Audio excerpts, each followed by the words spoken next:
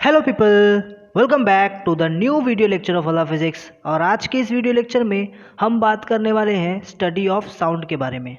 तो जैसा कि आपको पता है, स्टडी ऑफ साउंड आपके क्लास 9th का एक टॉपिक है जिसका ये है लेक्चर नंबर 1। इस लेक्चर में सबसे पहले हम बात करेंगे कि साउंड क्या होता है एंड इसका प्रोडक्शन कैसा होता है, जिसमें हम सीखेंगे कि साउंड क्या होता है, साउंड की डेफिनेशन क्या है, और फिर हम ये समझेंगे कि साउंड प्रोड्यूस कैसे होता है। फिर बाद में हम समझेंगे प्रोपोगेशन ऑफ साउंड, जिसमें हम ये समझेंगे कि साउंड जो है वो एक जगह से दूसरी जगह पर किस तरह से ट्रेवल करता है। और फिर उसके बाद में हम पढ़ेंगे वेव ऑफ साउंड, जिसमें हम समझेंगे कि साउंड जो है वो किस टाइप का वेव है, वो लॉन्जिट्यूडल वेव है या फिर वो ट्रांसवर्स वेव है। एंड देन बाद में हम लोग समझेंगे कैरेक्टरिस्टिक्स ऑफ साउंड वेव, जिसमें हम ये समझेंगे कि ये वेवलेंथ क्या होता है और ये फ्रीक्वेंसी किसे कहते हैं और एम्पलीट्यूड क्या होता है किसी भी वेव का। अगर आपको इस वीडियो लेक्चर का PDF नोट्स चाहिए तो आप हमसे टेलीग्राम पे कनेक्ट हो सकते हैं या फिर आप हमसे इंस्टाग्राम पे कनेक्ट हो सकते हैं। वहाँ पर आपको नोट्स प्रोवाइड कर दिए जाएंगे। टेलीग्राम, इंस्टाग्राम, फेसबुक, ट्विटर, ये सब के लिंक्स आपको डिस्क्रिप्शन में मिल जाएंगे। Why wait, let's start.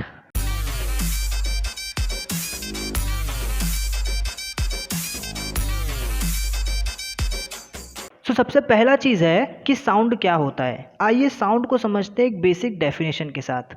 तो साउंड का डेफिनेशन है कि sound is a energy which create sensation of hearing in our ears. अब इसका मतलब क्या होता है, आओ ज़रा एक एग्जाम्पल के साथ इसे समझते हैं, ठीक है।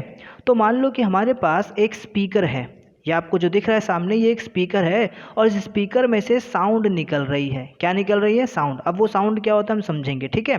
तो हमारे पास एक स्पीकर है और स्पीकर में से साउंड निकल रहा है। अब ये साउंड को सुनने के लिए हमारे पास एक ईयर है, ह्यूमन ईयर है, ठीक है। तो क्या होता है ना, साउंड जो है वो स्पीकर से ईयर तक क्या होती है, ट्रैवल करती है कुछ इस तरह से, ठीक है। ये जो हमारा साउंड है वो स्पीकर से ईयर तक कुछ ट्रैवल करती है इस तरह से। अब यहाँ पर आप जो देख रहे हो जो ट्रैवल कर रही है, इसे हम लोग बोलेंगे एनर्जी। क्या है? एक एनर्जी ट्रैवल करती है, स्पीकर से एक एनर्जी निकलती है जो कहाँ तक पहुँचती है, ह्यूमन ईयर तक पहुँचती है। और इसी एनर्जी को हम लोग क्या कहते हैं, साउंड कहते हैं, ठीक है। ये एनर्जी करती क्या है, ये एनर्जी ना एक सेंसेशन क्रिएट करती है हमारे ईयर के अंदर, जिस वजह से हमको सुनाई देता है। अब इस चीज़ को और बेस्ट वे में समझने के लिए हमको ये समझना पड़ेगा कि साउंड प्रोड्यूस कैसे होता है। तो अभी हम लोग समझेंगे प्रोडक्शन ऑफ साउंड, साउंड किस तरह से प्रोड्यूस होता है, ठीक है। तो अभी हम लोग समझेंगे production of sound. Production of sound में हम ये समझेंगे कि साउंड प्रोड्यूस कैसे होता है। तो याद रखना, साउंड प्रोड्यूस होने का जो मेन रीज़न होता है वो मेन रीज़न होता है वाइब्रेशन। साउंड प्रोड्यूस होता है because of vibration. Now most of all लोगों को यही नहीं पता होता कि वाइब्रेशन क्या होता है, ठीक है। तो आओ सबसे पहले हम लोग समझते हैं वाइब्रेशन किसे कहते हैं। तो याद रखना, वाइब्रेशन जो है वो एक टू एंड फ्रो मोशन है किसी भी ऑब्जेक्ट का हायर फ्रीक्वेंसी के साथ। नाउ इसका मतलब क्या हुआ, चलो हम समझते हैं इस चीज़ को। मान लेते हैं कि हमारे पास एक ऑब्जेक्ट है ऐसा, और ये ऑब्जेक्ट ना पहले आगे की तरफ इस तरफ मूव करता है और फिर यहाँ से रिटर्न आता है अपने ओरिजिनल पोजीशन पे और फिर वापस पीछे की तरफ मूव करता है, ठीक है। आगे की तरफ मूव करता है, वापस पहले वाले पोजीशन पे आता है यहाँ पे और फिर पीछे की तरफ मूव करता है, और यही मोशन वो कंटिन्यूस करता रहता है, ठीक है। अब अगर यही मोशन वो बहुत हाई स्पीड के साथ करते रहे, यही मोशन वो बहुत ज़्यादा हाई स्पीड के साथ अगर करता रहे, तो आप बोलोगे कि ये जो ऑब्जेक्ट है ये क्या कर रहा है, वाइब्रेशन कर रहा है, ठीक है। और ये जो आगे और पीछे मूव करता है, इस मोशन को हम लोग बोलते हैं टू एंड फ्रो मोशन। और अगर बहुत जल्दी जल्दी कर रहा है तो इसका मतलब फ्रीक्वेंसी बहुत हाई है। तो याद रखना, हायर फ्रीक्वेंसी के साथ अगर कोई body to and fro motion perform करे तब हम लोग बोल सकते हैं कि वो बॉडी वाइब्रेट हो रही है, या फिर हम बोल सकते हैं कि वो बॉडी जो है वो वाइब्रेशन मोशन दिखा रही है। बोलो यहाँ तक क्लियर है क्या? पक्का? तो अगर कोई बॉडी वाइब्रेट हो रही है तो इसका मतलब वो क्या प्रोड्यूस करेगी, साउंड प्रोड्यूस करेगी। आई नो आप शायद इस चीज़ को बिलीव ना करो कि सच में वाइब्रेशन की वजह से साउंड प्रोड्यूस होता है क्या, तो इस चीज़ को समझते हैं हम लोग। एक एग्जांपल अगर मैं बोलूँ तो अगर आप ना कोई एक रबर ले लो, रबर, उसको आप ऐसे खींचो और फिर उसमें आप ऐसा प्लग करो उसको, तो आप देखोगे वहाँ पे वो जो रबर है वो वाइब्रेट होता है। वाइब्रेट होने की वजह से वहाँ पर साउंड प्रोड्यूस होता है। गिटार में यही तो होता है ना, गिटार में एक स्ट्रिंग होती है जो बहुत खिंची हुई रहती है, उसको आप प्लग करते हो तो आपको आवाज़ साउंड सुनाई देता है। सही बात है।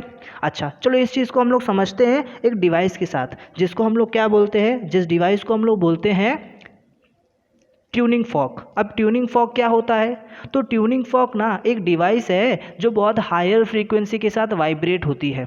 अच्छा यहाँ पे वाइब्रेट क्या होता है तो मैं आपको बताता हूँ। ट्यूनिंग फॉर्क के अंदर ना ये आप देख रहे हो ये चीज़ और ये चीज़ देख रहे हो, ये दोनों को हम लोग क्या बोलते हैं, प्रॉन्ग बोलते हैं। क्या बोलते हैं, प्रॉन्ग। ठीक है, तो ये है प्रॉन्ग।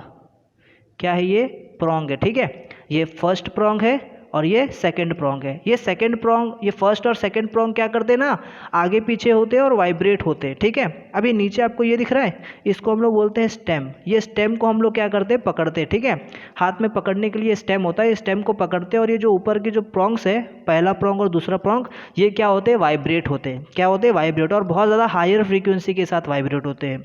इतना हायर फ्रीक्वेंसी के साथ वाइब्रेट होते हैं कि हमको कभी कभी दिखता ही नहीं है कि एक्चुअल में वाइब्रेट हो रहे हैं। ठीक है, ओके। नाउ आप देखेंगे ना किसी भी ट्यूनिंग फॉर्क के अंदर, तो यहाँ पर इस तरफ ना आपको कोई एक नंबर दिखेगा। जैसे यहाँ पर अगर आप ध्यान से देखोगे तो आपको 512 हर्ट्ज ऐसा लिखा हुआ दिख रहा है। तो इसका मतलब क्या है, इसका मतलब ये है कि ये जो ट्यूनिंग फॉर्क है, इसके जो प्रॉन्ग है ना, ये प्रॉन्ग 512 फ्रीक्वेंसी के साथ क्या करेंगे, वाइब्रेट होने वाले। इसकी फ्रीक्वेंसी 512 हर्ट्ज की होगी। अब याद रखना 512 हर्ट्ज कोई छोटी मोटी फ्रीक्वेंसी नहीं है, बहुत हायर फ्रीक्वेंसी होती है। ठीक है, मतलब होगा कि एक सेकेंड में एक वाइब्रेशन क्या होता है, एक बार इसके प्रॉन्ग दूर जाकर वापस पास आ गए तो उसको हम लोग क्या बोलते हैं, वन वाइब्रेशन। ये जो प्रॉन्ग है, ये प्रॉन्ग दूर जाकर वापस एक बार पास आ गए तो इसको हम लोग वन वाइब्रेशन बोलते हैं। तो ऐसा ही वाइब्रेशन 512 टाइम्स करते हैं ये लोग एक सेकंड के अंदर। सोचो एक सेकंड में 512 टाइम्स ये पीछे जाके वापस आ रहा है प्रॉन्ग, सोचो कितना हायर फ्रीक्वेंसी होगा। तो याद रखना ये जो ट्यूनिंग फॉर्क है, ये बहुत हायर फ्रीक्वेंसी के साथ वाइब्रेट करती है और इस वाइब्रेशन की वजह से साउंड प्रोड्यूस होता है। चलो देखते हैं कि इसमें साउंड किस तरह प्रोड्यूस हो रहा है। अभी हम लोग समझेंगे साउंड में प्रोड्यूस कैसे हो रहा है और ये साउंड कैसे प्रोपोगेट हो रहा है एक जगह से दूसरी जगह पे। ठीक है, तो याद रखना इस ट्यूनिंग फॉर्क के सामने ना अगर आप अपने कान लेकर आ जाओ, ठीक है, तो इसके अंदर से साउंड प्रोड्यूस होती है जो किस तरफ ट्रैवल करती है, आपके कान की तरफ ट्रैवल करती है। किस तरफ ट्रैवल करती है, आपके कान की तरफ। बोलो समझ में आ रहा है क्या, बोलो समझ आ रहा है आपको पक्का, किस तरह से ट्रैवल करती है ट्यूनिंग फॉर्क से साउंड। अब देखते हैं हम लोग ये साउंड प्रोड्यूस कैसे हो गया, ये तो समझ गया, बट ये प्रोपोगेट कैसे हो रहा है। ठीक है, तो इसका प्रोपोगेशन हम लोग समझते हैं। तो आप देख सकते हैं कि यहाँ पे जो ट्यूनिंग फॉर्क है, वो ट्यूनिंग फॉर्क किस तरह से वाइब्रेट कर रहा है। अब देखने में तो आपको लग रहा है कि ट्यूनिंग फॉर्क के जो प्रॉन्स है वो कितने आराम से वाइब्रेट कर रहे हैं, बट याद रखना जैसा कि मैंने पहले भी बोला था, ये वाइब्रेशन इतना स्लो नहीं होता, ये वाइब्रेशन बहुत फास्ट होता है। ये जो देख रहे हो ना आप, एक बार दूर जाके फिर पास आ गए, दूर आके पास आ गए, दूर जाके पास आ गए, है ना, तो ये ना एक सेकेंड में 512 टाइम्स या जैसा भी ट्यूनिंग फॉर्क आपने लिया उस पर डिपेंड करता है। ठीक है, बट याद रखना ये फ्रीक्वेंसी बहुत हायर होती है। क्लियर रहेगा क्या, तो फिलहाल इस ट्यूनिंग फॉर्क के लिए फ्रीक्वेंसी 512 है। इसका मतलब है कि ये जो ट्यूनिंग फॉर्क के जो प्रॉन्स है, ये एक सेकेंड में 512 टाइम्स ऐसे दूर जाके पास आएंगे।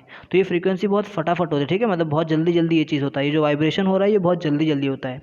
वो तो मैंने समझाने के लिए आपको ऐसे एनिमेशन दिखा रहा हूँ ताकि आपको समझ में आए कि एक्चुअल में कैसे होता है वाइब्रेशन।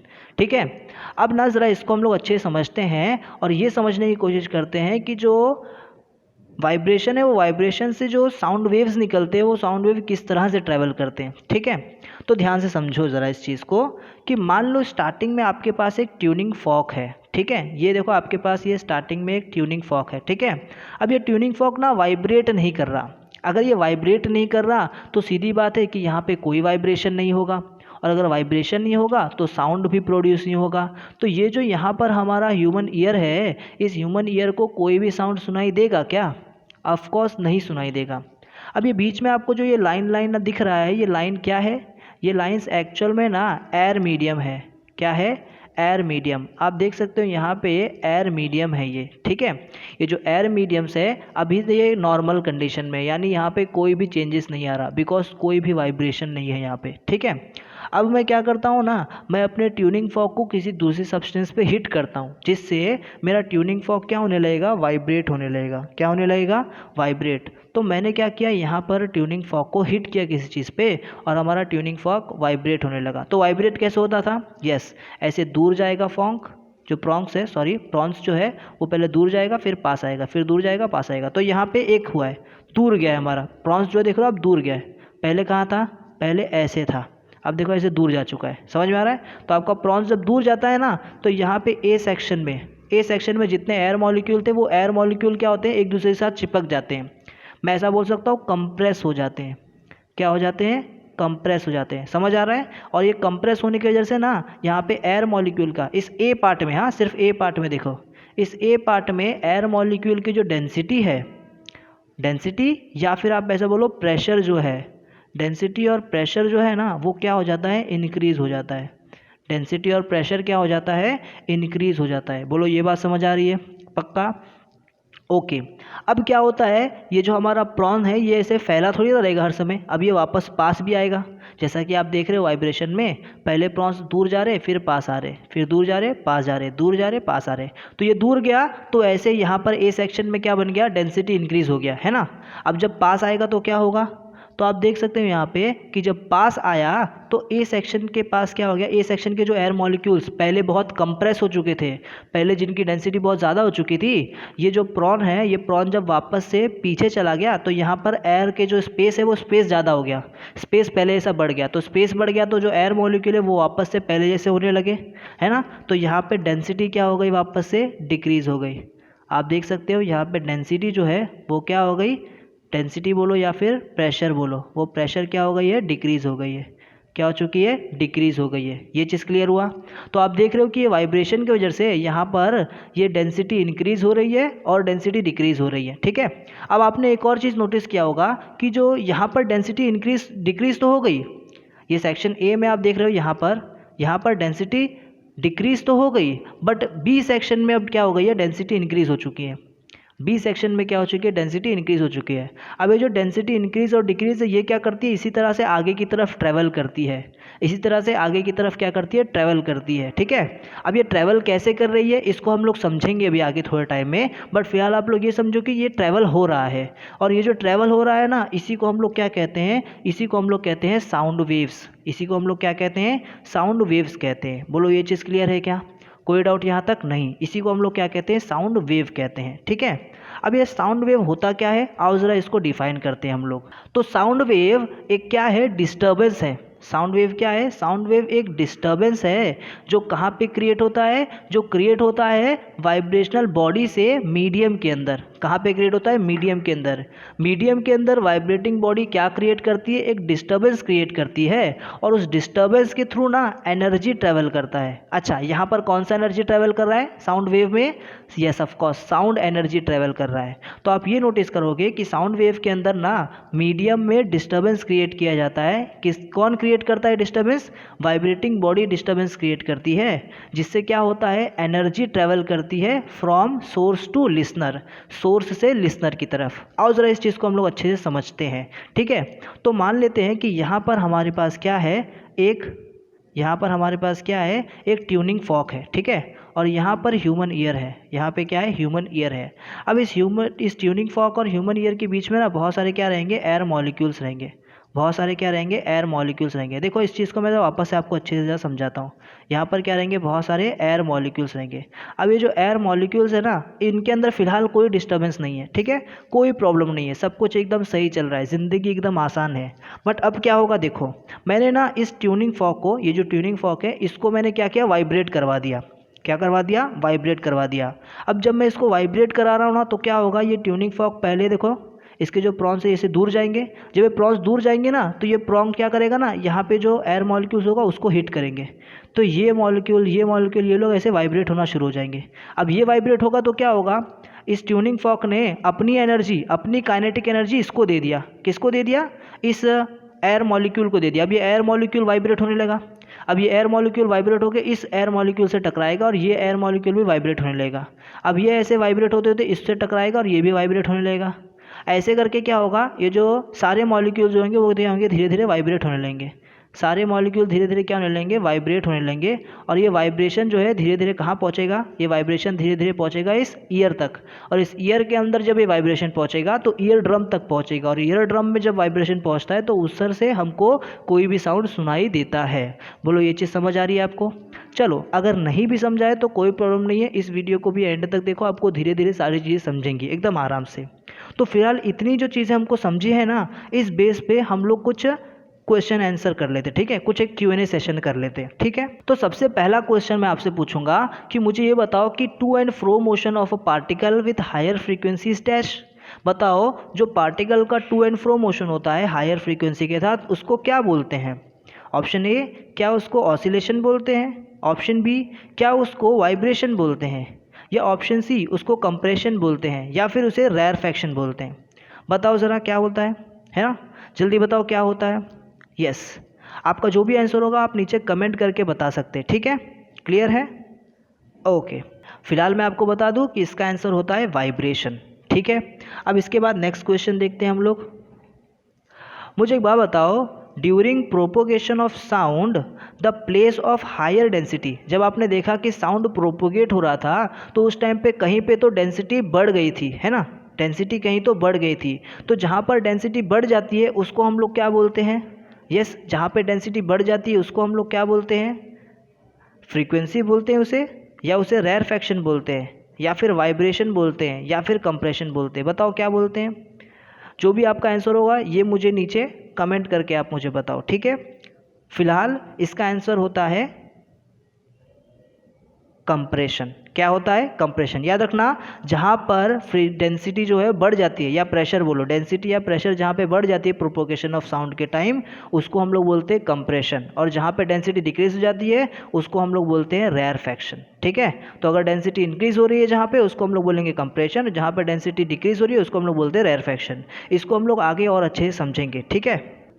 अब हम लोग समझते हैं कि साउंड वेव क्या होता है, ठीक है। तो अभी तक आपको समझ गया है कि वेव क्या होता था, साउंड वेव क्या होता था। चलो उसको और अच्छे से समझते हैं। तो याद रखना, जैसा कि हमने पहले पढ़ा है, वेव क्या है? वेव एक डिस्टर्बेंस होता है जो किसी भी मीडियम के अंदर क्रिएट किया जाता है, जिससे क्या होता है, जिससे एनर्जी ट्रांसफ़र होता है एक जगह से दूसरी जगह तक, from one point two another point. तो एक बार इसका डेफिनेशन को हम लोग देखें तो डेफिनेशन लिखा हुआ है, a disturbance created in a medium which transfer energy from one point to another point। यानी ऐसा डिस्टर्बेंस जिससे एक मीडियम के अंदर एनर्जी जो है वो एक पॉइंट से दूसरे पॉइंट पे क्या हो जाए, ट्रांसफ़र हो जाए। बोलो क्लियर रहेगा? कोई डाउट यहाँ तक नहीं है? अभी जैसे मान लो फॉर एग्जांपल कि ये आपके पास एक ट्यूनिंग फॉर्क है, ठीक है, ये आपके पास क्या है, एक ट्यूनिंग फॉर्क है, ठीक है। और यहाँ पर आपके पास एक ह्यूमन ईयर है। अब बताओ ट्यूनिंग फॉर्क और ह्यूमन ईयर के बीच में क्या होगा? यस, बहुत सारे एयर मॉलिक्यूल्स होंगे। क्या होंगे? बहुत सारे एयर मॉलिक्यूल्स होंगे, ठीक है। अब यहाँ पे क्या होगा पता है? ये ट्यूनिंग फॉर्क में जब आप वाइब्रेशन दोगे ना, जब ये ट्यूनिंग फॉर्क वाइब्रेट करने लगेगा तो आप ये देखोगे कि जो सबसे पहला वाला मॉलिक्यूल है ये क्या होने लगेंगे, वाइब्रेट होने लगेंगे। ये क्या होने लगेंगे? वाइब्रेट होने लगेंगे। अब वाइब्रेशन कैसे होता है आपको पता है ना। तो ये मॉलिक्यूल्स क्या होने लगेंगे, वाइब्रेट होने लगेंगे। अब यहाँ पे कंटिन्यूस वाइब्रेशन चालू हो जाएगा, ठीक है। और ये जो पहले वाले, ये पहला सेट जो है, ये मॉलिक्यूल्स का पहला सेट जो है दूसरे सेट को क्या करेगा, वाइब्रेट करवा देगा, ठीक है। यानी एनर्जी क्या हो रही है, अब यहाँ से यहाँ ट्रांसफ़र हुई। अब ये भी वाइब्रेट करने लगेगा, ये वाइब्रेट कर रहा है तो ये अपनी एनर्जी क्या करेगा, आगे वाले जो सेट है उसको ट्रांसफ़र करेगा, थर्ड सेट को ट्रांसफ़र करेगा। ये भी क्या होने लगेगा, वाइब्रेट होने लगेगा। और इसी तरह ये वाइब्रेशन आगे की तरफ बढ़ते बढ़ते बढ़ते बढ़ते ह्यूमन ईयर तक पहुँचेगा। कहाँ तक पहुँचेगा? ह्यूमन ईयर तक पहुँचेगा। और ह्यूमन ईयर में एक बार वाइब्रेशन पहुँचा तो यहाँ पर हमको क्या सुनाई देने वाला है, साउंड सुनाई देने वाला है। बोलो इधर तक क्लियर है? कोई भी डाउट यहाँ तक नहीं? पक्का? अच्छा, अब एक चीज़ याद रखना, जब ये वाइब्रेशन होता रहता है ना एयर मीडियम के अंदर, तो यहाँ पर एक जगह ऐसा आता है जहाँ पे डेंसिटी बहुत ज़्यादा होती है। जहाँ पर डेंसिटी बोलो या फिर प्रेशर, डेंसिटी और प्रेशर जो है वो बहुत ज़्यादा होती है। तो जहाँ पे डेंसिटी और प्रेशर बढ़ जाती है ना, उस एरिया को हम लोग क्या बोलते हैं, कंप्रेशन। क्या बोलते हैं? कंप्रेशन। क्या बोलते हैं? कंप्रेशन। और एक ऐसा टाइम भी आता है जहाँ पे डेंसिटी और प्रेशर जो है, डेंसिटी और प्रेशर जो है वो डिक्रीज हो जाता है। तो जहाँ पे डेंसिटी और प्रेशर डिक्रीज होता है ना, उसको हम लोग बोलते हैं रेयरफैक्शन। उसको हम लोग क्या बोलते हैं, रेयरफैक्शन बोलते हैं। बोलो ये चीज़ क्लियर रहेगा? पक्का? अच्छा, चलो अगर ये चीज़ आपको नहीं समझा है तो इसको हम लोग एक एनिमेशन के साथ देखते हैं, ठीक है। तो यहाँ पर आपको एक दिख रहा है एनिमेशन। अब ये एनिमेशन में आप ये चीज़ देख सकते हो कि ये एयर मॉलिक्यूल्स था, ये क्या था, ट्यूनिंग फॉर्क और ईयर के बीच में एयर मॉलिक्यूल्स है ये, ठीक है। अब आप देख सकते हो एक एक एयर मॉलिक्यूल को, अगर आप किसी एक एयर मॉलिक्यूल को देखो तो वो देखो आगे पीछे बस वाइब्रेट हो रहा है। यहाँ पे ऐसा नहीं बोलूँगा कि आपके जो एयर मॉलिक्यूल है वो एक जगह से दूसरी जगह ट्रैवल कर रहे हैं, नहीं नहीं नहीं, ऐसा नहीं हो रहा।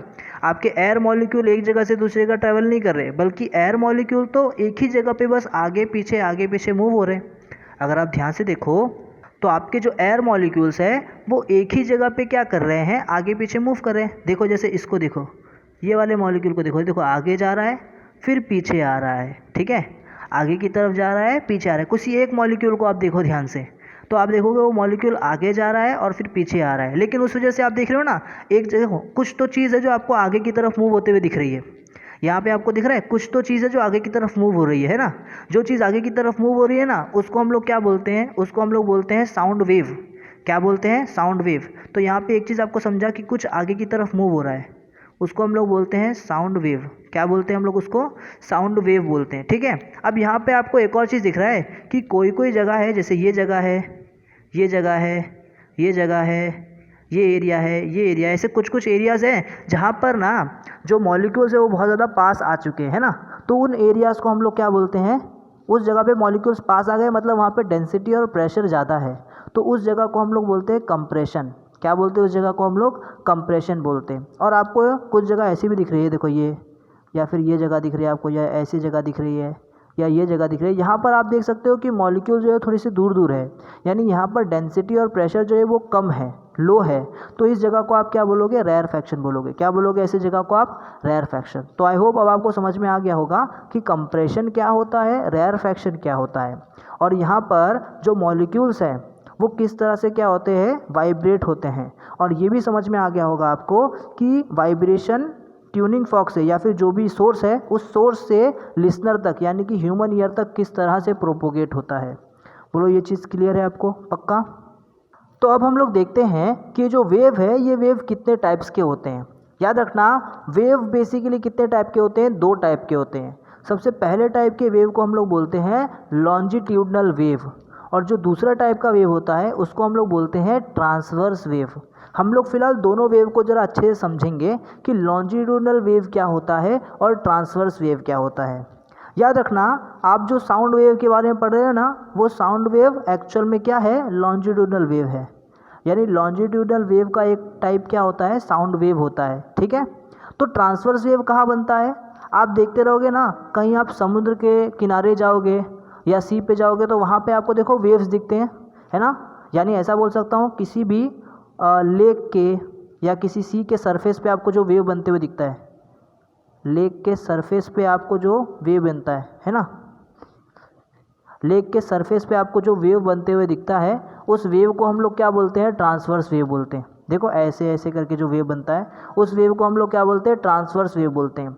अब लॉन्जिट्यूडनल वेव क्या होता है, लॉन्जिट्यूडनल वेव कैसा होता है पता है, अभी जो हम लोगों ने देखा ना, वाइब्रेशन की वजह से जो वेव आगे की तरफ जा रही थी, ऐसे वाइब्रेशन की वजह से जो वेव ऐसे आगे की तरफ जा रही थी, उस वेव को हम लोग क्या बोलते हैं, लॉन्जिट्यूडनल वेव बोलते हैं। क्या बोलते हैं उस वेव को हम लोग, लॉन्जिट्यूडनल वेव। अब हम लोग क्या करेंगे ना, हम लोग दोनों टाइप के वेव को ज़रा अच्छे से समझने की कोशिश करेंगे, ठीक है। तो सबसे पहले हम लोग समझते हैं कि ये लॉन्जिट्यूडनल वेव क्या होता है, ठीक है। तो अगर मैं डेफिनेशन की बात करूँ तो लॉन्जिट्यूडनल वेव का डेफिनेशन है when particle of a medium vibrate about their mean position in direction parallel to the propagation of wave, then the wave is called longitudinal wave। अब इसका मतलब क्या हुआ, देखो मैं आपको बताता हूँ। जैसे अभी जैसे मेरे पास एक पार्टिकल है, ठीक है, ये वेव था, इस वेव का आप एक एक पार्टिकल को देख सकते हो। अब अगर आप इस छोटे से एक पार्टिकल को देखो, यहाँ पर अगर आप एक छोटे से पार्टिकल को देखो तो ये छोटा सा जो पार्टिकल है, ये पार्टिकल क्या करता है, ये अपने ही मीन पोजीशन से, जो इसका ओरिजिनल पोजीशन है उसको हम लोग मीन पोजीशन बोलते हैं, अपने ही मीन पोजीशन में क्या कर रहा है, वाइब्रेट कर रहा है। कैसे वाइब्रेट कर रहा है, टू एंड फ्रो मोशन, कभी आगे की तरफ जाता है कभी पीछे की तरफ जाता है ना। तो ये पार्टिकल जो आप देख रहे हो ये अपने ही पोजीशन पे, अपने ही मीन पोजीशन पे क्या करता है, वाइब्रेट करता रहता है। अच्छा, ये वाइब्रेट किस तरफ कर रहा है, ये उस तरफ वाइब्रेट कर रहा है जिस तरफ आपके वेव का डायरेक्शन ऑफ प्रोपोगेशन है। यानी हम लोग ऐसा बोल सकते हैं कि इसका जो वाइब्रेशन का डायरेक्शन है वो प्रोपोगेशन ऑफ वेव के डायरेक्शन के पैरेलल है। मतलब वेव भी आपका इस तरफ जा रहा है और इसका वाइब्रेशन भी इस तरफ है। समझ में आया क्या, वेव भी किस तरफ जा रहा है, इस तरफ जा रहा है, और इसका वाइब्रेशन भी इस तरफ है। जब वाइब्रेशन भी इस तरफ, वेव भी इस तरफ, तो मैं बोल सकता हूँ ये दोनों के दोनों क्या है, पैरेलल है। क्या है, पैरेलल है। तो यहाँ पे हम ये बोल सकते हैं कि द पार्टिकल, ऐसा बोलो, when particle of medium vibrate about their mean position in the direction parallel to the propagation of wave, then it is called longitudinal wave। आओ जरा इसका एक एनिमेशन हम लोग देख लेते हैं। तो यहाँ पर आप देख सकते हो कि आपके देखो पार्टिकल कैसे वाइब्रेट हो रहे हैं। आप देख सकते हो इसके पार्टिकल देखो कैसे वाइब्रेट हो रहे हैं। पार्टिकल एक ही जगह पे आगे और फिर पीछे की तरफ मूव कर रहा है। बट आप देख रहे हो यहाँ पे कैसे कंप्रेशन और एयर फ्रैक्शन भी फॉर्म हो रहा है। दिख रहा है आपको कंप्रेशन और एयर फ्रैक्शन कैसे फॉर्म हो रहा है, देख सकते हो आप लोग, है ना। जहाँ पे ज़्यादा देखो ये जगह ये था, देखो अब यहाँ पे एयर फ्रैक्शन फॉर्म हो गया, है ना। अभी देखो यहाँ पे कंप्रेशन फॉर्म हो गया, मतलब पार्टिकल जब पास पास आएंगे डेंसिटी और प्रेशर बढ़ जाएगा तो वो बन जाएगा आपका कंप्रेशन, और अगर पार्टिकल दूर दूर रहेंगे, डेंसिटी और प्रेशर कम रहेगा, तो वो बन जाएगा आपका रेयर फ्रैक्शन, है ना। तो याद रखना लॉन्जिट्यूडनल वेव के अंदर ना कंप्रेशन और एयर फ्रैक्शन फॉर्म होता है। क्या फॉर्म होता है, कंप्रेशन, जहाँ पे देखो पार्टिकल्स बहुत पास पास है ना, और रेयर फ्रैक्शन जहाँ पे आप देख सकते हो पार्टिकल थोड़े दूर दूर है। क्लियर रहेगा। और ये हमेशा अल्टरनेट बनते हैं। कैसे बनते हैं, अल्टरनेट, मतलब अगर एक कंप्रेशन बना तो उसके बाद पक्का रेयर फ्रैक्शन बनेगा, फिर उसके बाद पक्का कंप्रेशन बनेगा। देख सकते हो, देखो यहाँ पे आपका कंप्रेशन बना तो इसके जस्ट बाद ये रेयर फ्रैक्शन, फिर यहाँ पे कंप्रेशन, फिर इसके बाजू में रेयर फ्रैक्शन, फिर यहाँ पे कंप्रेशन, फिर इसके बाजू में रेयर फ्रैक्शन, ऐसे, ठीक है, अल्टरनेट फॉर्म होते हैं। बोलो क्लियर रहेगा, यहाँ तक कोई भी डाउट नहीं है। तो ये होता है आपका लॉन्जिट्यूडनल वेव, जिसके अंदर आपका जो पार्टिकल है वो प्रोपोगेशन ऑफ वेव के डायरेक्शन में क्या होता है, वाइब्रेट होता है, यानी कि पैरेलली वाइब्रेट होता है to the direction of propagation. बोलो ये बात समझ आ रही है, पक्का कोई डाउट यहाँ तक नहीं है। पार्टिकल भी किस तरफ वाइब्रेट हो रहा है, सर इस तरफ वाइब्रेट हो रहा है ना, इस तरफ जाता है, फिर इस तरफ आता है, फिर इस तरफ जाता है, और आपका जो प्रोपोगेशन है वो भी इस तरफ ही है। तो यहाँ पे क्या है आपका वाइब्रेशन ऑफ पार्टिकल और प्रोपोगेशन ऑफ वेव दोनों के दोनों क्या है, पैरेलल है, किसके, एक दूसरे के। क्लियर रहेगा क्या, पक्का। तो अभी हम लोग समझेंगे कि ये ट्रांसवर्स वेव क्या होता है। तो आप डेफिनेशन देख सकते हो ट्रांसवर्स वेव का। डेफिनेशन है when particle of medium vibrate about their mean position in direction perpendicular to the propagation of wave. अब यहाँ पे अगर आपका पार्टिकल क्या करे, वो पार्टिकल आपका ऊपर नीचे क्या हो, मोशन करे, ऊपर नीचे वाइब्रेट करे। कैसे, ऊपर नीचे। इससे पहले क्या होता, आगे और फिर पीछे, आगे फिर पीछे, ऐसा मूव हो रहा था। अब आपका पार्टिकल ऊपर नीचे ऐसे वाइब्रेट हो रहा है, ठीक है, ऐसे वाइब्रेट हो, और आपका डायरेक्शन ऑफ प्रोपोगेशन कैसा हो, इस तरफ हो। तो यहाँ पर आपका आप देख सकते हो डायरेक्शन ऑफ प्रोपोगेशन इस तरफ है और मोशन ऑफ पार्टिकल ऐसे है। तो यहाँ पे बीच में क्या बन रहा है, 90 डिग्री, यानी परपेंडिकुलर है। मीडियम का जो मोशन, पार्टिकल का जो मोशन है वो कैसा है, ऊपर नीचे, अप एंड डाउन है, और जो आपका प्रोपोगेशन ऑफ वेव है वो कैसे, आगे की तरफ है। तो यहाँ पर एंगल कितना बन रहा है, 90 डिग्री। यानी मैं ऐसा बोल सकता हूँ कि जो पार्टिकल है वो कैसे वाइब्रेट कर रहे हैं, perpendicular to the propagation of wave. बोलो ये चीज़ समझ में आ रहा है। और ऐसे टाइप की वेव को हम लोग क्या बोलते हैं, ट्रांसवर्स वेव बोलते हैं। क्या बोलते हैं, ट्रांसवर्स वेव। आइए अब देखते हैं कि ये ट्रांसवर्स वेव एक्चुअल में दिखता कैसे है, ठीक है। तो जैसा कि आप देख सकते हैं कि यहाँ पे कुछ पार्टिकल है जो कुछ इस तरह से अरेंज हुए हैं, ठीक है। अब अगर यहाँ पर कोई डिस्टर्बेंस आ जाए जिससे आपके पार्टिकल जो है वो ऊपर नीचे मूव होने लगे, एक एक पार्टिकल को आप देखेंगे ना, जैसे मान लो आप इस पार्टिकल को देखो, तो ये पार्टिकल जो है ना वो ऊपर नीचे ऐसे वाइब्रेट करेगा, और आप देखोगे कि जो वेव है वो आपको आगे की तरफ मतलब इस तरफ जाते हुए, इस तरफ प्रोपोगेट होते हुए दिखेगी। तो ऐसे टाइप के वेव को हम लोग ट्रांसवर्स वेव बोलते हैं। चलो मैं इसका एनिमेशन आपको दिखाता हूँ। तो जैसा कि आप एनिमेशन में अब आप देख पा रहे हो कि देखो मैं जिस पार्टिकल की बात कर रहा था वो पार्टिकल देखो कैसे ऊपर नीचे क्या हो रहा है, मूव हो रहा है, और जो वेव आपको दिख रही है वो वेव आपको इस तरफ जाते हुए दिख रही है, यानी कि पार्टिकल ऊपर नीचे और वेव इस तरफ, यानी कि परपेंडिकुलर है। क्या है, परपेंडिकुलर है। तो ऐसे टाइप के जो वेव होते हैं ना, इस वेव को हम लोग क्या बोलते हैं, ट्रांसवर्स वेव बोलते हैं। क्या बोलते हैं, ट्रांसवर्स वेव। अब इसमें एक चीज़ याद रखना, जब आपका पार्टिकल एकदम मैक्सिमम हाइट ऊपर तक जाता है ना, तो उस टाइम पे हम लोग बोलते हैं क्रेस्ट। क्या बोलते हैं, क्रेस्ट। और मैक्सिमम हाइट नीचे तक जाता है तब हम लोग बोलते हैं थ्रफ। क्या बोलते हैं हम लोग, थ्रफ बोलते हैं। ये चीज़ समझ में आ रहा है। चलो इस चीज़ को हम लोग कैसे रिप्रेजेंट करते हैं वो बताता हूँ, ठीक है। तो ट्रांसवर्स वेव को हम लोग कुछ इस तरह से रिप्रेजेंट करते हैं। अब इसके अंदर आप देख सकते हो आपका जो पार्टिकल है वो जब मैक्सिमम हाइट तक पहुँचेगा, यानी कि पार्टिकल जो यहाँ से एकदम मैक्सिमम हाइट तक पहुँचेगा तो हम लोग बोलेंगे कि ये क्या है, क्रेस्ट है। ये क्या है, क्रेस्ट। ठीक है, तो ये जो आपको ये इतना पार्ट दिख रहा है एकदम एकदम उठा हुआ है आपका वेव, इस पार्ट को हम लोग बोलते हैं क्रेस्ट। और अगर आपका जो वेव है वो एकदम नीचे की तरफ झुका हुआ दिखे आपको तो उसको क्या बोलते हैं हम लोग, थ्रफ बोलते हैं। क्या बोलते हैं, थ्रफ। ठीक है, तो याद रखना जैसे लॉन्जिट्यूडनल वेव में कंप्रेशन और रेयरफैक्शन फॉर्म होता है, सेम उसी तरह ट्रांसवर्स वेव के अंदर क्रेस्ट एंड थ्रफ फॉर्म होता है। क्या फॉर्म होता है, क्रेस्ट एंड थ्रफ फॉर्म होता है। अब आपको शायद समझ में आ रहा होगा ये सारी चीज़ें, पक्का क्लियर है, कोई डाउट यहाँ तक नहीं है। ठीक है, ट्रांसवर्स वेव कहाँ होता है, याद रखना ट्रांसवर्स वेव मैंने बोला था किसी भी पानी के, एक तो नॉर्मली ये सॉलिड में प्रोड्यूस होता है, कोई भी सॉलिड के अंदर आपको ट्रांसवर्स वेव देखने के लिए मिलता है, या फिर ये ना लिक्विड में जो सरफेस होते हैं ना पानी के, ऐसा बोल सकता हूँ किसी लेक का सरफेस या सी का सरफेस, उसके ऊपर आपको ये वेव देखने को मिलता है। क्लियर है, कोई डाउट यहाँ तक नहीं है। याद रखना ट्रांसवर्स वेव साउंड वेव नहीं होते। ठीक है, साउंड वेव क्या होते हैं, लॉन्जिट्यूडनल वेव होते हैं। क्लियर रहेगा क्या, कोई डाउट यहाँ तक नहीं है, पक्का आपको समझ में आ रहा है। हाँ, ओके। अब हम लोग क्या करेंगे, अब हम लोग कैरेक्टरिस्टिक ऑफ वेव पढ़ेंगे। बट वेव के कैरेक्टरिस्टिक को ना हम लोग ट्रांसवर्स वेव में बहुत इजीली पढ़ सकते हैं, और हमको साउंड वेव के बारे में पढ़ना है, और साउंड वेव तो लॉन्जिट्यूडनल वेव है। तो हम लोग क्या करते हैं ना, हम लोग लॉन्जिट्यूडनल को ना थोड़े टाइम के लिए ट्रांसवर्स वेव बनाकर समझते हैं उसे। ठीक है, तो अभी मैं आपको बता रहा हूँ longitudinal wave as transverse wave, यानी कि लॉन्जिट्यूडनल वेव को हम लोग ट्रांसवर्स वेव को किस मतलब लॉन्जिट्यूडनल वेव को हम किस तरह से ट्रांसवर्स वेव बनाते हैं। अब क्यों बना रहे हैं हम लोग, ताकि हम इसके अच्छे से स्टडी कर सके, ताकि हम लोग इस वेव को अच्छे से क्या कर सके, स्टडी कर सके।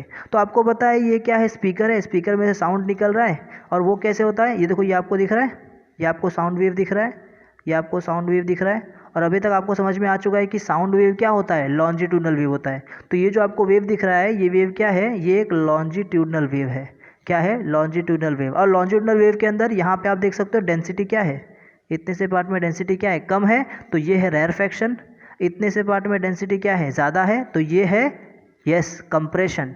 यहाँ पर वापस से डेंसिटी कम है, तो ये क्या है, ये है रेयरफैक्शन। समझ आ रहा है। अच्छा, अब रेयरफैक्शन को हम लोग किस तरह से दिखाएंगे ट्रांसवर्स वेव में, याद रखना जहाँ पर डेंसिटी कम है, जहाँ पे प्रेशर कम है, उसको हम लोग ट्रफ की तरह दिखाएंगे। तो ये मैं नीचे की तरफ बना दिया इसको। ठीक है, जहाँ पे क्या है डेंसिटी बहुत ज़्यादा है उसको मैं क्रेस्ट बनाता हूँ, तो ये ऊपर की तरफ मैंने बना दिया क्रेस्ट। यहाँ पे डेंसिटी कम है तो इसको मैंने थ्रफ बना दिया। तो देखो मैंने लॉन्जिट्यूडनल वेव को एज ए ट्रांसवर्स वेव बना दिया, ये था लॉन्जिट्यूडनल वेव, और उसी का ये बन गया ट्रांसवर्स वेव। समझ जाना, लॉन्जिट्यूडनल वेव में जहाँ पे क्या होगा रेयरफैक्शन, वहाँ पे हम लोग ट्रांसवर्स वेव में क्या बनाएंगे, थ्रफ। जहाँ पे होगा कंप्रेशन, वहाँ पे हम लोग बनाएंगे क्रेस्ट, और जहाँ पे होगा रेयरफैक्शन, वहाँ बनाएंगे वापस से थ्रफ। समझ आ रही है बात, पक्का कोई डाउट यहाँ तक नहीं है। ओके, अब हम लोग समझते हैं कैरेक्टरिस्टिक ऑफ वेव। तो कैरेक्टरिस्टिक ऑफ वेव में सबसे पहले मैं यहाँ पर एक लॉन्जिट्यूडनल वेव जिसको मैंने ट्रांसवर्स वेव बनाया है उसे मैं यहाँ पे बना लेता हूँ। तो यहाँ पर आप देख सकते हो कि ये क्या है, ये यहाँ पे ये क्या बन रहा है आपको, longitudinal wave, sorry transverse wave दिख रहा है आपको। ठीक है, लॉन्जिट्यूडनल वेव ही एक्चुअल में, बट इसको मैंने ट्रांसवर्स वेव बनाया हुआ है। अब मुझे एक बात बताओ, यहाँ पे आपको ये ऊपर की तरफ दिख रहा है, तो ये एक्चुअल में क्या है, इसका मतलब है कि यहाँ पे डेंसिटी बहुत ज़्यादा है। ठीक है, और ये नीचे की तरफ गया है, मतलब यहाँ पे डेंसिटी बहुत कम है। ठीक है, और ये ऊपर की तरफ गया है, मतलब यहाँ पे डेंसिटी बहुत ज़्यादा है। तो यहाँ पे ये जो क्रेस्ट है ना, ये एक्चुअल में आपको कंप्रेशन की बात बता रहा है। ये जो थ्रफ यहाँ पे आपको दिख रहा है, ये एक्चुअल में आपको रेयरफैक्शन की बात बता रहा है, और ये जो आपको वापस से क्रेस्ट दिख रहा है यहाँ पे, ये एक्चुअल में आपको कंप्रेशन की बात बता रहा है। ठीक है, कोई डाउट यहाँ तक नहीं। अब मैं क्या करता हूँ ना, अब मैं यहाँ पे आपको सबसे पहले एम्पलीट्यूड के बारे में बताता हूँ। तो आप देख सकते हो कि यहाँ पे आपका जो क्रेस्ट है उसका मैक्सिमम हाइट कितना है। तो क्रेस्ट का जो मैक्सिमम हाइट है वो कुछ इतना है ना। और ये जो मैक्सिमम हाइट होता है ना क्रेस्ट का, या फिर मैं ऐसा बोलूँ कि maximum density of longitudinal wave, longitudinal wave की वो पॉइंट जहाँ पे मैक्सिमम डिस्टेंस डेंसिटी होती है, किसी भी पार्टिकल की मैक्सिमम डेंसिटी होती है, उसको हम लोग क्या बोलते हैं, उसको हम लोग बोलते हैं एम्पलीट्यूड। क्या बोलते हैं उसको हम लोग, एम्पलीट्यूड। और याद रखना एम्पलीट्यूड को हम लोग कैपिटल लेटर ए से डिनोट करते हैं। किससे डिनोट करते हैं, कैपिटल लेटर ए से डिनोट करते हैं। अब याद रखना ये क्या था सर, ये है तो फिलहाल क्रेस्ट, बट एक्चुअल में ये क्या है, ये कंप्रेशन है। ये क्या है, कंप्रेशन है। समझ में आया, ये क्या है, ये भी है तो क्रेस्ट, बट एक्चुअल में यहाँ पे ये कंप्रेशन को डिनोट कर रहा है। किसको, कंप्रेशन को डिनोट कर रहा है। तो याद रखना एक कंप्रेशन से दूसरे कंप्रेशन तक के बीच का जो डिस्टेंस होता है, एक कंप्रेशन से दूसरे कंप्रेशन तक के बीच का जो डिस्टेंस होता है, इसको हम लोग क्या बोलते हैं, वन वेव। क्या बोलते हैं, वन वेव, या फिर इसको हम लोग बोलते हैं वेवलेंथ। क्या बोलते हैं इसको हम लोग, वेवलेंथ। तो अगर आपसे कोई वेवलेंथ पूछे तो याद रखना वेवलेंथ क्या होता है, दो कंजिगेटिव कंप्रेशन के बीच का डिस्टेंस। ठीक है, दो कंजिगेटिव कंप्रेशन के बीच का जो डिस्टेंस होता है उसको हम लोग क्या बोलते हैं, वेवलेंथ, जिसको हम लोग ना इस लेटर से डिनोट करते हैं, ऐसा लेटर। अब ये लेटर क्या है, इस लेटर को हम लोग बोलते हैं लैम्डा। क्या बोलते हैं इसको हम लोग, लैम्डा बोलते हैं। क्या बोलते हैं, लैम्डा। क्लियर है क्या, ये ग्रीक लेटर है। ठीक है, इसको हम लोग बोलते हैं लैम्डा। आगे बहुत बार आएगा आप जब आप पढ़ने लगोगे फिजिक्स को। ठीक है, तो याद रखना दो कंप्रेशन के बीच का जो डिस्टेंस होता है उसको हम लोग क्या बोलते हैं, वेवलेंथ बोलते हैं, डेट इज लैम्डा। क्लियर रहेगा यहाँ तक, पक्का, कोई डाउट नहीं है। ठीक है, एक चीज़ हमेशा याद रखना कि जो एम्पलीट्यूड है ना वो हमेशा किससे एसोसिएट होता है, लाउडनेस से। और याद रखना ये जो रिलेशन होता है ये रिलेशन हमेशा कैसा होता है, डायरेक्टली प्रोपोर्शन। यानी कि जिस साउंड वेव में ज़्यादा एम्पलीट्यूड बन रहा है, यानी कि ज़्यादा क्या है, डेंसिटी है, यानी जिस साउंड वेव में मॉलिक्यूल जो है वो बहुत ज़्यादा पास है, जिस साउंड वेव में डेंसिटी ऑफ मॉलिक्यूल बहुत ज़्यादा है, वहाँ पर याद रखना जो लाउडनेस होगा साउंड का वो भी बहुत ज़्यादा होगा। ठीक है, तो मतलब अगर आपको कोई साउंड बहुत ज़्यादा ज़ोर से सुनाई दे रहा है जिसका वॉल्यूम बहुत ज़्यादा है तो समझ जाना एक्चुअल में एम्पलीट्यूड बढ़ रहा है, और एम्पलीट्यूड बढ़ रहा है मतलब डेंसिटी बढ़ रहा है। तो जब भी पार्टिकल्स की डेंसिटी ज़्यादा होती है इसका मतलब एम्पलीट्यूड बढ़ रहा है, इसका मतलब जो साउंड सुनाई देगा वो साउंड बहुत हाई वॉल्यूम पे होगा। ये चीज़ क्लियर रहेगा कि आपको, पक्का, कोई डाउट यहाँ तक नहीं है। तो एक चीज़ हमेशा याद रखना, एम्पलीट्यूड क्या होता है, एम्पलीट्यूड मतलब the maximum value of pressure और density in sound is called amplitude. ठीक है, और अगर मैं वेवलेंथ की बात करूँ तो the distance between two कंजिगेटिव compression is called wavelength. दो कंजिगेटिव कंप्रेशन के बीच का जो डिस्टेंस होता है उसको हम लोग क्या बोलते हैं, वेवलेंथ बोलते हैं, जिसको हम लोग लैम्डा से डिनोट करते हैं। अब ये बात आपको समझ में आ चुकी है कि जो एम्पलीट्यूड है वो एक्चुअल में लाउडनेस ऑफ साउंड को क्या करता है, डिनोट करता है। जितना ज़्यादा एम्पलीट्यूड होगा उतना ज़्यादा लाउडनेस होगा। तो मैं ऐसा बोल सकता हूँ कि जो एम्पलीट्यूड है वो डायरेक्टली प्रोपोर्शनल है लाउडनेस ऑफ साउंड के।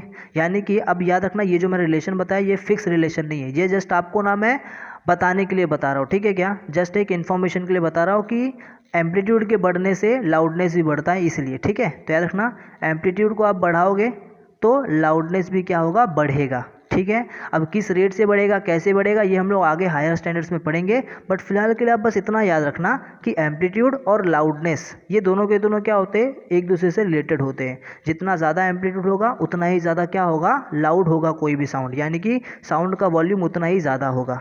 ये चीज़ आपको क्लियर हो रहा है क्या, पक्का, कोई डाउट यहाँ तक नहीं है। अब एक टर्म के बारे में आपने सुना होगा इसी के अंदर, डेट इज़ फ्रीक्वेंसी। अब ये फ्रीक्वेंसी क्या होता है, आओ जरा इस फ्रीक्वेंसी को जरा अच्छे से समझ लेते हैं। ठीक है, अब यहाँ पर आपको मैं कुछ बनाकर दिखा रहा हूँ, ध्यान से देखो। अब इसमें ना मैं एक वेव अभी तक ड्रॉ नहीं किया हूँ, बट आप देख सकते हो कि यहाँ पे कुछ लाइन मैंने बना के रखा है। इसका मतलब है 1 सेकेंड, इसका मतलब 1 सेकेंड, इसका ही मतलब 1 सेकेंड। तो याद रखना यहाँ से यहाँ तक वेव ट्रेवल करेगा 1 सेकेंड के अंदर। वेव कोई भी ना यहाँ से यहाँ तक आएगा मतलब 1 सेकेंड। ठीक है, ये ऐसा समझ लो टाइम वर्सेस एम्पलीट्यूड का ग्राफ है। ठीक है, कितना ऊपर तक जाएगा मतलब एम्पलीट्यूड है और ये टाइम है। ठीक है, तो याद रखना अगर वेव यहाँ से यहाँ तक पहुँच रहा है मतलब 1 सेकेंड में वेव यहाँ से यहाँ तक पहुँच रहा है। ठीक है, अच्छा एक और चीज़ था जो मैंने आपको बताया नहीं, वो भी आपको बता देता हूँ कि यहाँ पर यहाँ से लेकर के वापस यहाँ तक अगर वेव आ गया तो इसको हम लोग बोलते हैं 1 साइकिल। क्या बोलते हैं, 1 वेव साइकिल। ठीक है, याद रखना इस जगह से अगर वेव ऊपर जाकर वापस से इस जगह तक आ गया तो इस पूरे को हम लोग बोलते हैं 1 साइकिल। मतलब 1 साइकिल के अंदर एक क्रेस्ट और एक थ्रफ आता है। कहने का मतलब एक कंप्रेशन और एक रेयरफैक्शन आता है। बोलो ये चीज़ क्लियर रहेगा, एक कंप्रेशन और एक रेयरफैक्शन आता है। ठीक है, तो हमेशा याद रखना 1 वेव साइकिल क्या होता है, 1 वेव साइकिल मतलब एक कंप्रेशन और एक रेयरफैक्शन आ जाता है उसके अंदर। ठीक है, यहाँ से स्टार्ट होगा और यहाँ पर क्या होगा, एंड होगा। क्लियर है, तो ध्यान से सुनो आगे मैं क्या बता रहा हूँ। तो यहाँ पे 1 सेकेंड है। ठीक है, यहाँ पे इतना डिस्टेंस 1 सेकेंड है, इतना डिस्टेंस 1 सेकेंड है, यहाँ पे भी ये 1 सेकेंड है, यहाँ पे भी ये 1 सेकेंड है, यहाँ पे भी 1 सेकेंड है, यहाँ पे भी 1 सेकेंड है। क्लियर है, अब आप एक चीज़ देखो यहाँ पे कि अगर आपका 1 सेकेंड में एक वेव साइकिल बना तो आप बोलोगे कि फ्रीक्वेंसी वहाँ पर 1 है। ठीक है, और अगर 1 सेकेंड में 2 वेव साइकिल बना तो आप बोलोगे फ्रीक्वेंसी वहाँ पे 2 है। जैसे मैं एग्जांपल के तौर पे बताऊँ तो आप देख सकते हो यहाँ पर आपका कैसा वेव बना, तो आप देख सकते हो एक बार ये ऊपर जाकर नीचे आया है ना, एक क्रेस्ट एक थ्रफ, इसको हम लोग बोलते हैं 1 वेव साइकिल। तो आप यहाँ पे देख रहे हो 1 सेकेंड के अंदर एक वेव साइकिल बना है ना, तो यहाँ पे एक वेव साइकिल 1 सेकेंड में बन रहा है ना, 1 सेकंड में एक वेव साइकिल बन रहा है। वहीं आप नीचे देखोगे तो वहाँ पर आपको ये चीज़ दिखेगा कि 1 सेकंड के अंदर 2 वेव साइकिल बन रहा है। देखो ना, ये एक क्रस्ट, ये तरफ, ये एक क्रस्ट, ये एक तरफ, मतलब यहाँ पे 2 वेव साइकिल बना है। तो आप देख रहे हो 1 सेकंड के अंदर यहाँ पर 2 वेव साइकिल बन गया है, ठीक है। फिर अब अगर तीसरे वाले को देखोगे तो आपको ये दिखेगा कि वहाँ पर तो 1 सेकंड में 3 वेव साइकिल बन रहे हैं। देखो ना, क्रेस्ट तरफ, क्रेस्ट तरफ, क्रेस्ट तरफ।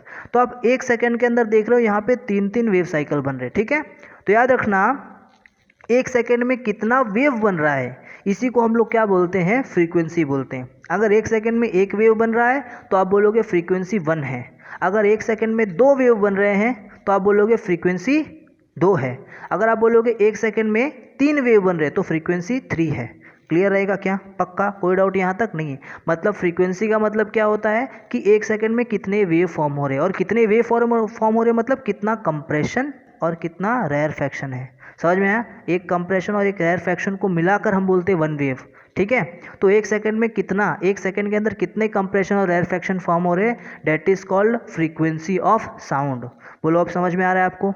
तो याद रखना, अगर मैं बोलूँ फ्रीक्वेंसी को डिफाइन करने के लिए, तो फ्रीक्वेंसी को हम कुछ इस तरह डिफाइन कर सकते हैं, the time taken to complete 1 wave cycle in a medium is called frequency और टाइम पीरियड। यानी कि एक वेव साइकिल बनने के लिए कितना टाइम लग रहा है, इसी को हम लोग बोलते हैं फ्रीक्वेंसी। क्लियर रहेगा? अच्छा, फ्रीक्वेंसी को हम लोग टाइम पीरियड भी बोलते हैं। जैसे पिछले एग्जाम्पल में हम लोग ने ये देखा कि एक वेव बनने के लिए आप देख रहे हो 1 सेकेंड लग रहा है ना, एक वेव बनने के लिए 1 सेकेंड लग रहा है, तो यहाँ पे हम बोलेंगे फ्रीक्वेंसी 1 है। अब यहाँ पे देखो कि 2 वेव बन रहा है 1 सेकेंड के अंदर, तो यहाँ पर क्या है, फ्रीक्वेंसी 2 है, ठीक है। अब आप इसके नीचे देखोगे तो 3 वेव बन रहा है 1 सेकेंड के अंदर, ठीक है। तो यहाँ पे टाइम कितना लग रहा है, 1 सेकेंड का टाइम लग रहा है, जिसमें 3 वेव फॉर्म हो जा रहे हैं, तो इसको हम लोग क्या बोलेंगे, 3 फ्रीक्वेंसी बोलेंगे। तो याद रखना, जैसे कि हम लोग स्टार्टिंग में हम लोग उसकी बात किए थे, ट्यूनिंग फॉक की बात किए थे, तो ट्यूनिंग फॉक के अंदर क्या हुआ था, 512 हर्ट्ज की फ्रीक्वेंसी थी। इसका मतलब क्या होगा, इसका मतलब 1 सेकेंड में उधर पे 512 कंप्रेशन और रेयरफेक्शन फॉर्म हो चुके थे। बोलो क्लियर हो रहा है बात? पक्का, कोई डाउट यहाँ तक नहीं है। तो आई होप अब आपको फ्रीक्वेंसी समझ गया होगा। याद रखना, फ्रीक्वेंसी को हम लोग इस लेटर से डिनोट करते हैं। इसको हम लोग क्या बोलते हैं, इसको हम लोग बोलते हैं न्यू। क्या बोलते हैं इसको, हम लोग न्यू बोलते हैं, ठीक है। न्यू क्या बोलते हैं इसको, न्यू बोलते हैं। समझ में आया क्या? तो ये लेटर है, ये भी एक ग्रीक लेटर है, जिसको हम लोग बोलते हैं न्यू। फ्रीक्वेंसी को या फिर टाइम पीरियड को हम लोग इस न्यू से डिनोट करते हैं। क्लियर रहेगा? अब एक और चीज़ याद रखना कि जो फ्रीक्वेंसी होती है ना, ये एक्चुअल में पिच से, किससे, पिच से एसोसिएटेड है। मतलब जैसे हमारा एम्पलीट्यूड जो था वो लाउडनेस ऑफ साउंड से क्या था, एसोसिएटेड था, उसी तरह फ्रीक्वेंसी जो है वो पिच से एसोसिएट होती है। अब पिच क्या होता है, पिच का मतलब होता है श्रिलनेस और ग्रेवनेस ऑफ बॉड साउंड, ठीक है। किसी साउंड में कितना श्रिल है या कितना ग्रेव है। अच्छा, श्रिल और ग्रेव मतलब क्या होता है, श्रिल और ग्रेव का मतलब होता है कि एक साउंड कितना पतला है, श्रिल मतलब पतला, और ग्रेव मतलब थोड़ा कितना, वॉइस कितना सा क्या है, भारी है, भारीपन होता है ना वॉइस में। जैसे कि हम जानते हैं कि लड़कों की जो वॉइस होती है वो कैसी होती है, ग्रेव होती है, थोड़ी भारी होती है। और अगर उसी के कंपैरिजन में लड़कियों की वॉइस की हम लोग बात करें तो वो क्या होती है, थोड़ी श्रिल होती है, पतली होती है। समझ में आ रहा है? तो हम ये बोल सकते हैं कि लड़कियों की जो वॉइस होती है ना वो कैसी होती है, श्रिल होती है, और जो लड़कों की वॉइस होती है वो कैसी होती है, ग्रेव होती है। अब यार ना, पिच हमको यही बताता है कि एक साउंड कितना श्रिल है, कितना ग्रेव है। अगर पिच बहुत ज़्यादा है तो हम लोग बोलेंगे कि पिच जो साउंड है वो बहुत श्रिल है। ध्यान से सुनो, अगर मैं बोलता हूँ पिच बहुत ज़्यादा है तो इसका मतलब है साउंड श्रिल है, साउंड बहुत पतला है। और अगर मैं बोलता हूँ पिच बहुत कम है तो इसका मतलब जो साउंड है वो बहुत ग्रेव है, साउंड जो है बहुत भारी है। तो याद रखना, भारी साउंड का पिच कम होता है और पतले साउंड का पिच ज़्यादा होता है। ये चीज़ क्लियर रहेगा? तो अब मुझे एक बात बताओ कि लड़कों का पिच कैसा होगा, कम या ज़्यादा? यस ऑफ कोर्स, लड़कों का पिच कम होगा। और लड़कियों का पिच कैसा होगा, कम या ज़्यादा? यस करेक्ट, लड़कियों का पिच जो है वो ज़्यादा होगा। ये चीज़ क्लियर है? अब ये जो पिच है ना, ये एक्चुअली में किस पे डिपेंड करती है, फ्रीक्वेंसी पे। याद रखना, पिच और फ्रीक्वेंसी दोनों के दोनों डायरेक्टली प्रोपोर्शनल होते हैं। इसका मतलब ये है कि अगर मैं फ्रीक्वेंसी बढ़ाता हूँ तो पिच बढ़ेगा। जितनी ज़्यादा फ्रीक्वेंसी होगी उतनी ही ज़्यादा पिच होगी, और जितना कम फ्रीक्वेंसी होगा उतना ही कम पिच होगा। बोलो ये चीज़ क्लियर है? अब आपको ये चीज़ पता है कि लड़कियों की पिच ज़्यादा होती है और लड़कों की पिच कम होती है। तो कितना होता है एक एडल्ट फीमेल में? तो याद रखना, जनरली एक एडल्ट फीमेल की जो पिच होती है, पिच, उसकी फ्रीक्वेंसी ज़्यादा होती है। कितनी होती है सर? 165 हर्ट्ज से लेकर के 255 हर्ट्ज तक।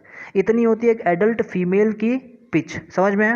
और अगर वही मैं एक एडल्ट मेल की बात करूँ, लड़कों की बात करूँ, तो उनका जो पिच है वो लो होता है, जो कि 85 हर्ट्ज से 155 हर्ट्ज के बीच में होता है। समझ में आया क्या? क्लियर है ये सारी चीज़ें? पक्का कोई डाउट यहाँ तक नहीं है? तो ये था कैरेक्टरिस्टिक ऑफ वेव। इस लेक्चर में हम लोगों ने क्या क्या पढ़ा? इस लेक्चर में हमने पढ़ा साउंड क्या होता है, फिर हमने पढ़ा साउंड प्रोड्यूस कैसे होता है, फिर हमने देखा कि साउंड का प्रोपोगेशन किस तरह होता है, फिर हमने समझा कि साउंड वेव क्या होते हैं, साउंड वेव के कितने टाइप्स है, लॉन्जिट्यूडनल वेव क्या होता है, ट्रांसवर्स वेव क्या होता है, फिर बाद में हमने कैरेक्टरिस्टिक ऑफ वेव पढ़ा।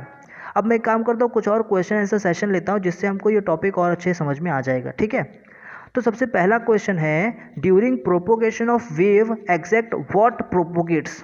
अब आपने प्रोपोगेशन ऑफ वेव पढ़ा, तो उसके अंदर वेव के अंदर एग्जैक्टली क्या प्रोपोगेट हो रहा था, क्या ट्रेवल कर रहा था, एक जगह से दूसरी जगह पे क्या ट्रेवल कर रहा था।